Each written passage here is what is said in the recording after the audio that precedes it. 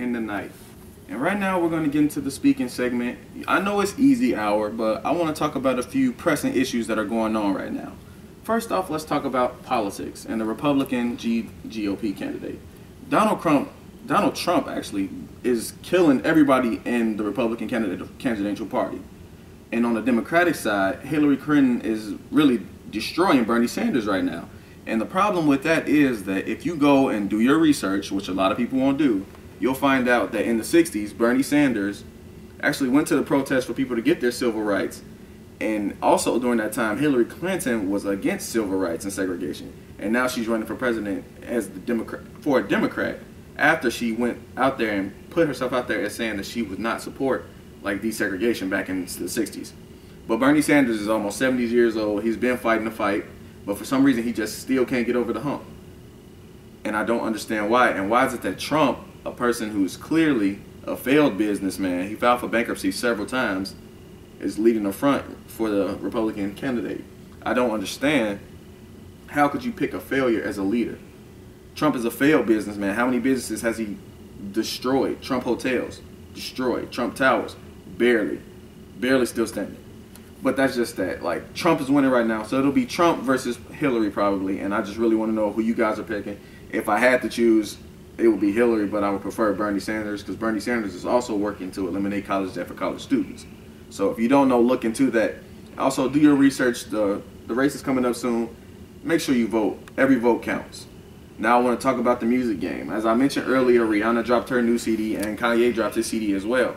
But they didn't drop them in the traditional fashion. Rihanna dropped hers on Tidal and Kanye dropped his on Tidal as well. But Kanye went out there and said that his albums would not be available hard copy or in stores because of his relationships with companies right now. And I agree with Kanye and I disagree with Kanye because I like the way that he's saying that he wants to put his music out there on his own platform and he won't let them dictate to him how he does his thing. But at the same time, everybody can't go on the website and download your album. Everybody doesn't have access to that. Everybody doesn't want to pay money to Tidal, and then it's $20 on Tidal. Really, Kanye? Come on, bro. You got to get it together. And then I want to talk about movies. I touched on it earlier, and it's also the discussion topic of the day. Justice League versus, well, not the Justice League, Batman and Superman versus the Avengers, because that's really what it is. How did the comic books come from just games for kids and entertainment to children to being some of the highest grossing films of the year? Every year is some superhero movie or something that has to do with a comic book adaptation that's coming and breaking the bank. Is it because the people that grew up on these are seeing them now come into blockbuster films, or is it that they just won't let them go? Or is it that the new generation is getting to them? And it's actually a big part of both, actually. It's like a mix. Because I know some of my teachers, some of my older people that I know, they look at Captain America and see where he's been and where he comes now. They look at Batman and see where he comes now. Like, Batman back in the day used to be pow. Batman today is bang. So it's a big difference. Captain America used to have wings on his helmet. Now he doesn't even have anything on his helmet. It's like a drastic difference how these heroes like have come to life through social media and other outlets. Like, the media has really boosted superhero movies every year. The biggest movie of the year will be a superhero movie. Like, next month, Superman versus Batman comes out. And then I'm sure the following month after that, many people don't know, Captain America comes out. And that's like pretty much the Marvel version of the Justice League. They're both the same thing, but it's a different story. But we'll see how that works out. And I want to talk about TV. A lot of Walking Dead fans out there, I am one, they're kind of upset about this week's past episode, the Rick and Michonne thing.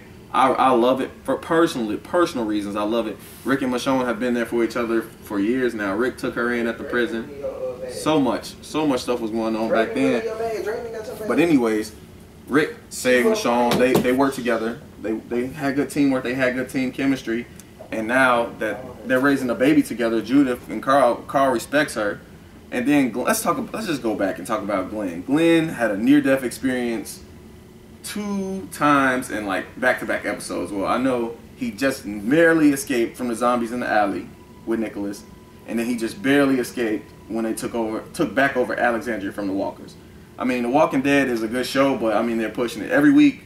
It's like a new chapter. Every week is something bigger and bigger. It gets better with time, but they got to slow it down a little bit if they want to keep everybody going. Every week can't be a cliffhanger. Some has to be some story and some plot build up.